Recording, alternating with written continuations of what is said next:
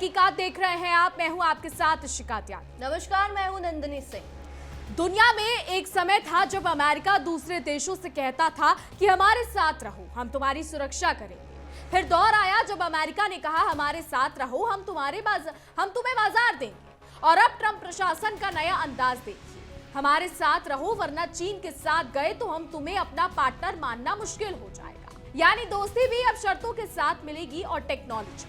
America और चीन की लड़ाई अब सिर्फ व्यापार, टैरिफ या सेमीकंडक्टर तक सीमित नहीं रही। अब निशाने पर है आर्टिफिशियल इंटेलिजेंस यानी एआई। और इस लड़ाई में अमेरिका कई देशों से साफ साफ कहने की तैयारी में है, एक तरफ चुनो, अमेरिका या चीन, दोनों तरफ पैर रखकर चलने की कोशिश मत करो।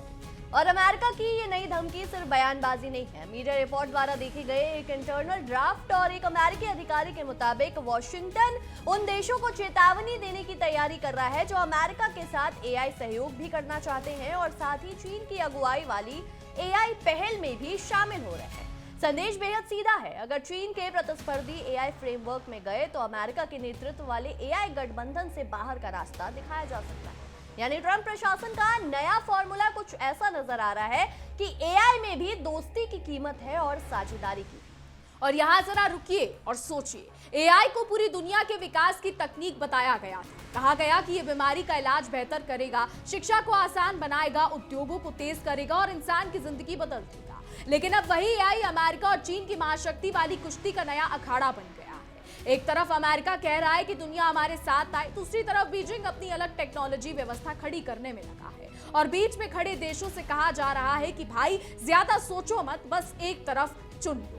मतलब दुनिया के देशों के सामने अब शायद नया सवाल ये नहीं कि हमारी जरूरत के हिसाब से किससे तकनीक ले, सवाल ये बन गया है कि अमेरिका नाराज ना हो, इसके लिए किसके साथ जाए। यही ट्रंप प्रशासन की नीति को लेकर सबसे बड़ा सवाल है। क्या अमेरिका तकनीकी नेतृत्व बनाए रखने के लिए सहयोगियों को मजबूर कर रहा है? क्या ये साझेदारी या दबाव की राजनीति है? और क्या अमेरिका चीन को रोकने की कोशिश में खुद अपने सहयोगियों को दूर धकेल रहा है? इस पूरे मामले में सबसे पहले बात करते हैं पेक्स सिलिका की। अमेरिका ने पिछले साल ये पहल शुरू की थी। इसका मकसद एआई मॉडल, सेमीकंडक्टर और जरूरी खनिजों की सप्लाई चेन को सुरक्षित करना बताया गया। यानी अमेरिका चाहता है कि एआई की दुनिया में काम आने वाली सबसे जरूरी चीजों के लिए वो और उसके सहयोगी चीन पर ज्यादा निर्भर ना रहे। लगभग 2 दर्जन देश इस पहल से जुड़े हैं। इनमें भारत, जापान, ऑस्ट्रेलिया और दक्षिण कोरिया जैसे अमेरिका के करीबी सहयोगी भी शामिल हैं। और यही इस सूची में कजाकिस्तान भी आया। जून में अमेरिका ने कजाकिस्तान को मध्य एशिया का पहला ऐसा देश बताया जो पैक्स सिलिका में शामिल हुआ। वजह सिर्फ एआई नहीं थी, कजाकिस्तान के पास जरूरी खनिजों के बड़े भंडार हैं और आज की एआई और एडवांस टेक्नोलॉजी की लड़ाई में ये खनिज सोने से कम नहीं है। चिप्स बनानी हो, इलेक्ट्रॉनिक्स तैयार करनी हो, हाई टेक इंडस्ट्री चलानी हो या अत्याधुनिक सैन्य तकनीक विकसित करनी हो, क्रिटिकल मिनरल्स की जरूरत पड़ती है। लेकिन यही कहानी में ट्विस्ट आता है। कजाकिस्तान सिर्फ अमेरिका के साथ नहीं है, वो चीन की प्रतिस्पर्धी एआई पहल में भी शामिल हो चुका है। यानी एक ही देश अमेरिका के पेक्स सिलिका में भी और चीन के एआई फ्रेमवर्क में भी। और शायद यही बात वॉशिंगटन को सबसे ज्यादा चुभ गई, क्योंकि अमेरिकी अधिकारी के मुताबिक संदेश साफ है, आप दोनों तरफ नहीं चल सकते। यानी कजाकिस्तान ने शायद सोचा होगा कि भाई टेक्नोलॉजी है, सहयोग है, व्यापार है, सबके साथ संबंध रखो। लेकिन वॉशिंगटन की तरफ से जवाब आया, नहीं, इतना लोकतांत्रिक विकल्प मत रखिए, हमें एक चुनकर बताइए। अमेरिका की चिंता समझी जा सकती है, लेकिन सवाल यह है कि क्या दुनिया के बाकी देशों को भी अमेरिका की चिंता के हिसाब से अपनी विदेश और तकनीक नीति तय करनी होगी? यही असली मुद्दा है। अमेरिका और चीन के बीच टेक्नोलॉजी की होड़ अब बहुत गंभीर हो चुकी है।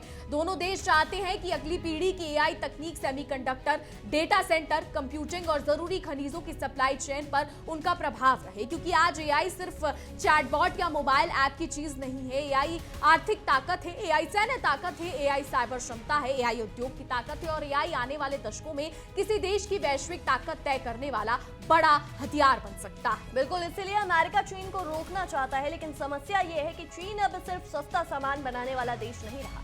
चीन एआई में तेजी से आगे बढ़ रहा है। चीन ओपन वेट एआई मॉडल ने अमेरिकी कंपनियों के बंद और प्रोप्राइटरी सिस्टम के सामने कड़ी चुनौती खड़ी की है और बीजिंग ने जुलाई में एक प्रतिस्पर्धी world artificial intelligence cooperation organisation launch किया है। यानी चीन भी कह रहा है कि एआई की दुनिया में अमेरिका अकेला चौधरी नहीं है। और यही बात ट्रंप प्रशासन को परेशान कर रही है, क्योंकि अगर चीन अपनी अलग एआई व्यवस्था खड़ी कर लेता है, दूसरे देशों को अपने साथ जोड़ता है और जरूरी खनिजों से लेकर टेक्नोलॉजी तक अपनी पकड़ मजबूत करता है, तो अमेरिका का वो मॉडल कमजोर पड़ सकता है जिसमें दुनिया की एडवांस टेक्नोलॉजी अमेरिकी सिस्टम पर निर्भर रहे। लेकिन यहाँ ट्रंप प्रशासन की रणनीति पर सवाल इसलिए उठता है क्योंकि अमेरिका अपने सहयोगियों को जोड़ने के बजाय उन्हें चेतावनी दे रहा है। ये कुछ वैसा ही है जैसे कहे कि हम आपके सबसे अच्छे दोस्त हैं, लेकिन अगर आपने दूसरे दोस्त से भी बात की तो दोस्ती खत्म। अब दुनिया की विदेश नीति इतनी सरल तो है नहीं जितनी ट्रंप को लगती है। बिल्कुल, भारत की अपनी रणनीतिक जरूरतें हैं, जापान की अपनी, दक्षिण कोरिया की अपनी, कजाकिस्तान की अपनी, खाड़ी देशों की अपनी और पश्चिम एशिया के देशों की अपनी। हर देश को अपनी सुरक्षा, अर्थव्यवस्था, संसाधन और भविष्य को ध्यान में रखकर फैसला करना होगा। अमेरिका चाहेगा कि दुनिया उसके साथ रहे, चीन चाहेगा कि दुनिया उसके साथ आए, लेकिन बाकी देश शायद ये चाहते हैं कि वो दोनों ही अपने हित के हिसाब से काम करें। और यही अमेरिका को सबसे ज्यादा डर है, क्योंकि अगर दुनिया के देश यही सोचने लगे कि हमें किसी एक खेमे में जाने की जरूरत नहीं है, तो अमेरिका और चीन दोनों के लिए प्रभाव की लड़ाई ज्यादा मुश्किल हो जाएगी। कजाकिस्तान का उदाहरण इसी बदलती दुनिया की तरफ इशारा करता है। कजाकिस्तान के पास खनीज है, चीन को खनीज चाहिए, अमेरिका को भी चाहिए। चीन एआई सहयोग चाहता है, अमेरिका भी चाहता है, तो कजाकिस्तान ने दोनों के साथ संबंध रखे। अब वॉशिंगटन कह रहा है कि ये नहीं चलेगा और यहाँ एक सवाल बनता है, क्या अमेरिका वास्तव में चीन को रोक रहा है या वो अपने सहयोगियों को अपनी तरफ बांधने की कोशिश कर रहा है? और ये सिर्फ कजाकिस्तान की कहानी नहीं है। अगर अमेरिका ने 35 देशों को ऐसा संदेश भेजा जैसा ड्राफ्ट में बताया गया है, तो इसका असर बहुत बड़ा हो सकता है, क्योंकि ये वही देश है जिन्होंने जून में अमेरिका के एआई अपॉर्चुनिटी स्टेटमेंट पर हस्ताक्षर किए थे। यानी जिन देशों को अमेरिका एआई सहयोग के लिए साथ लाना चाहता है, उन्हीं देशों से अब वो कह रहा है, वो कह सकता है कि चीन के एआई फ्रेमवर्क से दूरी बनाइए। मतलब पहले दोस्त बनाओ, फिर दोस्ती की शर्तें बनाओ, और शर्त क्या है? चीन से दूरी। ये नीति अमेरिका की उस चिंता को दिखाती है कि चीन कहीं एआई की सप्लाई चेन और टेक्नोलॉजी नेटवर्क में इतना मजबूत ना हो जाए कि उसे रोकना मुश्किल हो जाए। लेकिन यहाँ चीन की कहानी भी दिलचस्प है। बीजिंग ने अपनी ओपन वेट टेक्नोलॉजी को आगे बढ़ाया है। चीन का संदेश ये है कि एआई को कुछ अमेरिकी कंपनियों के बंद सिस्टम तक सीमित नहीं रहना चाहिए। वो अपने मॉडल और टेक्नोलॉजी के जरिए एक अलग रास्ता पेश करना चाहता है। अब इसमें चीन के अपने रणनीतिक और राष्ट्रीय सुरक्षा हित जरूर है, लेकिन अमेरिका के लिए ये समस्या ये है कि अगर चीन का मॉडल दूसरे देशों में लोकप्रिय होता है, तो अमेरिकी टेक कंपनियों का प्रभाव चुनौती में आ सकता है। और ट्रंप प्रशासन के लिए ये सिर्फ कारोबारी मुकाबला नहीं, अमेरिकी अधिकारियों को चिंता है कि एआई का इस्तेमाल सैन्य और आर्थिक ताकत बढ़ाने के लिए किया जा सकता है। साइबर क्षमता बढ़ाई जा सकती है, हैकिंग को ऑटोमेट किया जा सकता है, खुफिया जानकारी का विश्लेषण तेजी से किया जा सकता है, हथियार प्रणालियों को ज्यादा स्मार्ट बनाया जा सकता है। यानी एआई की दौड़ में पीछे रहना भविष्य की शक्ति की दौड़ में पीछे रहना माना जा रहा है। लेकिन फिर सवाल यह है कि अगर एआई इतनी रणनीतिक तकनीक है, तो क्या अमेरिका अपने सहयोगियों को साथ लेकर आगे बढ़ेगा या उन्हें डराकर?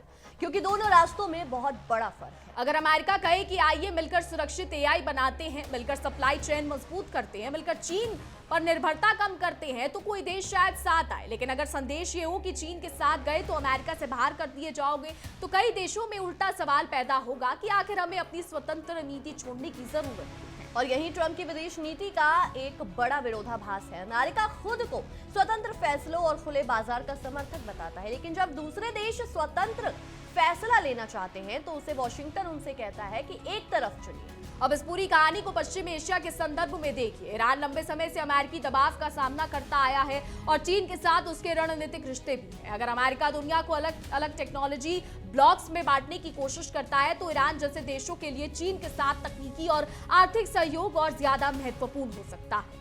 और यही वजह है, यही वो जगह है जहां अमेरिका की चीन विरोधी रणनीति का एक उल्टा असर भी हो सकता है।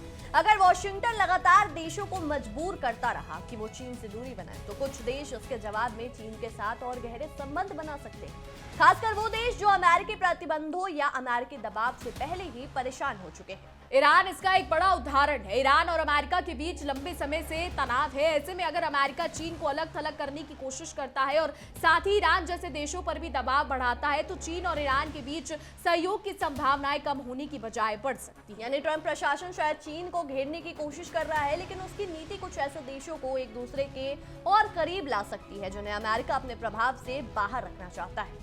दुनिया की राजनीति में यही तो मजेदार बात है। आप एक गठबंधन तोड़ने निकलते हैं और सामने वाला 2 नए गठबंधन बना लेता है। अब वापस आते हैं पैक्स सिलिका पर। इसका मूल उद्देश्य महत्वपूर्ण है। दुनिया को यह समझ में आ चुका है कि एआई सिर्फ सॉफ्टवेयर नहीं है, इसके पीछे चिप्स है, चिप्स के पीछे खनिज है, खनिजों के पीछे खदानें हैं और इन सब के पीछे सप्लाई चेन है। अगर किसी एक देश के पास जरूरी खनिजों की बड़ी पकड़ है तो वो एआई और हाईटेक इंडस्ट्री पर अप्रत्यक्ष दबाव बना सकता है। और चीन ने पिछले साल अमेरिकी टैरिफ के जवाब में जरूरी खनिजों की अपनी पकड़ का इस्तेमाल दबाव बनाने के लिए किया। यही वजह है कि ट्रंप प्रशासन अब अमेरिका और उसके सहयोगियों के भीतर खनिजों के नए स्रोत खोजने में तेजी ला रहा है। कजाकिस्तान इसलिए महत्वपूर्ण हो जाता है, वहां के संसाधन अमेरिका के लिए रणनीतिक महत्व रखते हैं। लेकिन अगर कजाकिस्तान चीन से भी संबंध रखता है तो अमेरिका की चिंता बढ़ती है। वॉशिंगटन चाहता है कि उसके एआई गठबंधन की सप्लाई चेन भी चीन की भूमिका कम से कम हो, खासकर उन संसाधनों में जहां भविष्य के एआई और सेमीकंडक्टर इंडस्ट्री के लिए जरूरी है। और चीन भी खाली नहीं बैठा है, वो अपने एआई नेटवर्क को मजबूत कर रहा है, दूसरे देशों को जोड़ रहा है, अपने मॉडल आगे बढ़ा रहा है और ये साबित करना चाहता है कि एआई की दुनिया में अमेरिकी कंपनियों के अलावा भी मजबूत विकल्प मौजूद है। तो मुकाबला अब सिर्फ अमेरिका बनाम चीन नहीं है, ये 2 अलग टेक्नोलॉजी मॉडल के बीच मुकाबला बनता जा रहा है। एक तरफ अमेरिकी कंपनियों का मजबूत प्रोप्राइटरी सिस्टम है, दूसरी तरफ चीन का ओपन बेड मॉडल और ज्यादा व्यापक टेक्नोलॉजी नेटवर्क बनाने की कोशिश। और इसके बीच भारत जैसे देश बेहद महत्वपूर्ण हो जाते हैं, क्योंकि भारत अमेरिका के साथ भी गहरे रणनीतिक और टेक्नोलॉजी संबंध रखता है और चीन के साथ भी उसका बड़ा व्यापारिक और क्षेत्रीय समीकरण है। भारत के लिए किसी एक खेमे में पूरी तरह जाना हमेशा आसान नहीं होगा। उसकी अपनी रणनीति स्वतंत्रता है और अपने राष्ट्रीय हित भी। इसी तरह जापान, दक्षिण कोरिया और ऑस्ट्रेलिया भी अमेरिकी सुरक्षा साझेदार है, लेकिन उनकी अर्थव्यवस्थाओं के चीन के साथ भी बड़े संबंध है। इसलिए जब वॉशिंगटन कहता है कि एक पक्ष चुनिए तो असल चुनौती इन देशों के लिए बहुत बड़ी हो जाती है। और यही ट्रंप प्रशासन की रणनीति का सबसे कमजोर हिस्सा हो सकता है। अमेरिका शायद चाहता है कि दुनिया चीन के एआई नेटवर्क में संसाधन ना लाए,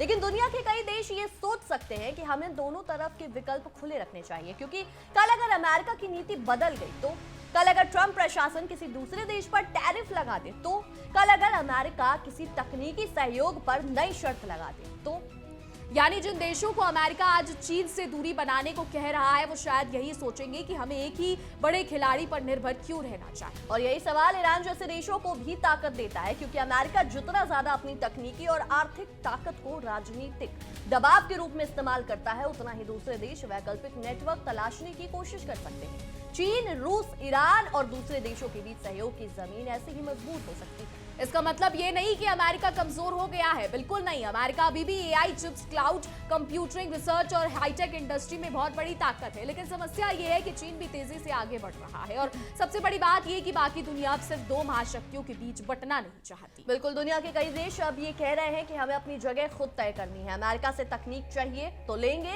चीन से निवेश चाहिए तो लेंगे, रूस से ऊर्जा चाहिए तो लेंगे, ईरान से क्षेत्रीय व्यापार चाहिए तो भी करेंगे। यानी दुनिया धीरे धीरे एक ऐसे दौर में जा रही है जहां कई देश एक साथ कई शक्तियों के साथ संबंध रखने की कोशिश कर रहे हैं। और ट्रंप प्रशासन का आप दोनों तरफ नहीं चल सकते वाला संदेश इसी बदलाव से टकराता है, क्योंकि शायद वॉशिंगटन अभी भी पुरानी दुनिया के नियमों से नई दुनिया को चलाना चाहता है। वो सोचता है कि अमेरिका सबसे बड़ा है, इसलिए बाकी देश एक तरफ खड़े हो जाएंगे। लेकिन आज की दुनिया में आर्थिक हित इतने जुड़े हुए हैं एक दूसरे से कि देशों को एक ही खेमे में बांटना आसान नहीं होगा। और एआई इस पूरी कहानी को और ज्यादा गंभीर बना रहा है, क्योंकि आने वाले समय में एआई का इस्तेमाल सिर्फ फोन में चैट करने के लिए नहीं होगा। ये फैक्ट्री से लेकर बैंक तक, अस्पताल से लेकर सेना तक, साइबर सुरक्षा से लेकर अंतरिक्ष तक हर जगह इस्तेमाल होगा। यानी जिसके पास एआई की ताकत होगी उसके पास आने वाले समय की आर्थिक और सैन्य ताकत का बड़ा हिस्सा होगा। यही वजह है कि अमेरिका चीन को किसी भी कीमत पर बराबरी या बढ़त हासिल करने से रोकना चाहता है। लेकिन यहाँ एक बड़ा सवाल ये है कि क्या चीन को रोकने का सबसे अच्छा तरीका बाकी दुनिया को डराना है, या फिर अमेरिका को इतना बेहतर बनाना चाहिए कि बाकी देश खुद अमेरिकी तकनीक चुने। यही असली प्रतियोगिता है। अगर अमेरिका टेक्नोलॉजी सबसे अच्छी है तो देश खुद उसे अपनाएंगे। अगर अमेरिकी सप्लाई चेन सबसे भरोसेमंद है तो देश खुद उससे जुड़ेंगे। अगर अमेरिकी एआई मॉडल ज्यादा उपयोगी है तो बाजार खुद फैसला करेगा। लेकिन जब आपको अपने पार्टनर से कहना पड़े कि चीन से दोस्ती की तो हमारी दोस्ती खत्म, तो कहीं ना कहीं ये भी संकेत है कि मुकाबला अब इतना आसान नहीं रहा। और चीन शायद इसी का इंतजार कर रहा है, क्योंकि अमेरिका अगर अपने सहयोगियों पर दबाव बढ़ाता है तो बीजिंग के पास उन्हें ये कहने का मौका होगा कि देखिए अमेरिका आपको विकल्प नहीं देता, हम देते हैं। और ईरान जैसे देश इस बदलती व्यवस्था में चीन के साथ सहयोग को और मजबूत कर सकते हैं, खासकर तब जब अमेरिका उन्हें लगातार आर्थिक और राजनीतिक दबाव में रखता है। यही कारण है कि दुनिया में अमेरिकी दबाव के खिलाफ वैकल्पिक नेटवर्क बनाने की संभावना बढ़ रही है। अब सवाल कजाकिस्तान का भी है। वो चीन के करीब है, अमेरिका से भी संबंध बढ़ा रहा है, उसके पास जरूरी खनिज है, यानी वो दोनों शक्तियों के लिए महत्वपूर्ण है। और अब अमेरिका उससे शायद ये पूछने जा रहा है कि बताइए आपका असली पार्टनर कौन है। लेकिन कजाकिस्तान शायद यही कहे, भाई हम अपनी विदेश नीति खुद तय करेंगे। और यही बात कई दूसरे देशों भी जो है वो कह सकते हैं, क्योंकि आज की दुनिया में कोई देश हमेशा के लिए किसी एक शक्ति के साथ नहीं रहना चाहता। रिश्ते हितों से बनते हैं और हित बदलते रहते हैं। इसलिए ट्रंप प्रशासन के सामने सबसे बड़ा सवाल चीन नहीं बल्कि अपनी रणनीति है। क्या वो अपने सहयोगियों को साथ रख पाएंगे? क्या उन्हें एक भरोसा दे पाएंगे कि अमेरिका के साथ रहना उनके हित में है, या फिर लगातार चेतावनी और दबाव के कारण वो देश धीरे धीरे चीन और दूसरे विकल्पों की तरफ जाने लगेंगे?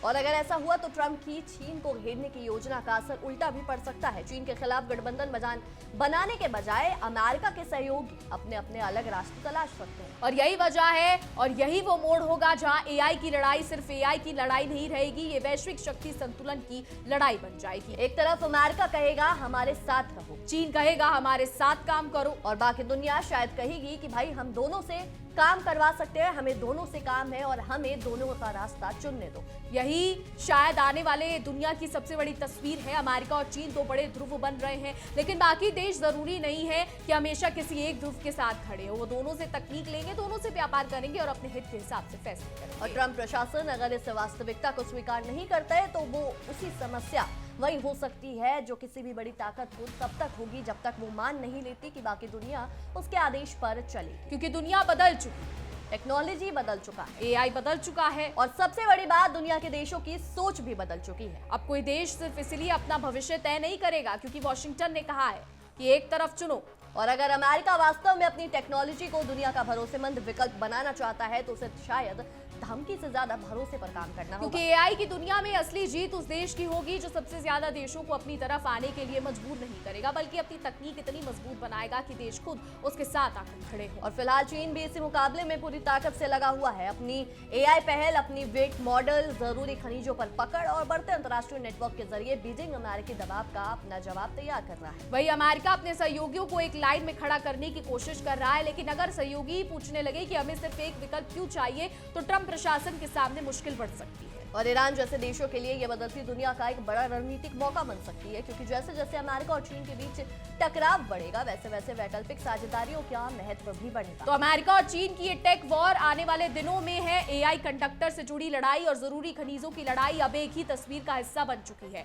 अमेरिका चीन की टेक्नोलॉजी को रोकना चाहता है, चीन अमेरिकी दबदबे को चुनौती देना चाहता है, और दुनिया के बाकी देश इस महाशक्ति वाली कुश्ती में अपने लिए जगह तलाश रहे हैं। लेकिन ट्रंप प्रशासन के सामने अब सबसे बड़ा सवाल यही है, क्या दबाव डालकर दुनिया को अमेरिका की तरफ रखा जा सकता है, या फिर ये दबाव ही दुनिया को अमेरिका से दूर ले जाएगा? क्योंकि किसी देश को ये कहना आसान है कि अमेरिका या चीन में से किसी एक को चुनो, लेकिन उस देश को ये समझाना कहीं ज्यादा मुश्किल है कि उसका अपना राष्ट्रीय हित क्या होना चाहिए। और शायद यही इस पूरी कहानी का सबसे बड़ा ट्विस्ट है। अमेरिका चीन को रोकने निकला है, लेकिन कहीं ऐसा ना हो कि चीन को रोकने की कोशिश में अमेरिका अपने सहयोगियों को सोचने पर मजबूर कर दे कि उन्हें तीसरा रास्ता तलाशना चाहिए। और अगर दुनिया ने तीसरा रास्ता चुन लिया तो फिर सवाल सिर्फ ये नहीं होगा कि एआई का राजा अमेरिका होगा या चीन। सवाल ये होगा कि क्या आने वाली दुनिया में किसी एक देश का दबदबा भी रहेगा, या फिर कई ताकतें मिलकर एक नई बहुध्रुवीय टेक दुनिया बनाएंगी। फिलहाल अमेरिका की तरफ से संदेश साफ है, दोनों तरफ मत चलिए। लेकिन दुनिया का जवाब भी शायद उतना ही साफ हो सकता है, हम किसी के आदेश पर नहीं, अपने हित के हिसाब से चले। और यही जवाब ट्रंप प्रशासन के लिए सबसे बड़ी चुनौती बनने वाला है। अब आने वाला समय बताएगा कि क्या होता है। देखिए इंडिया डेली 24/7 अब आपकी स्मार्ट टीवी पर।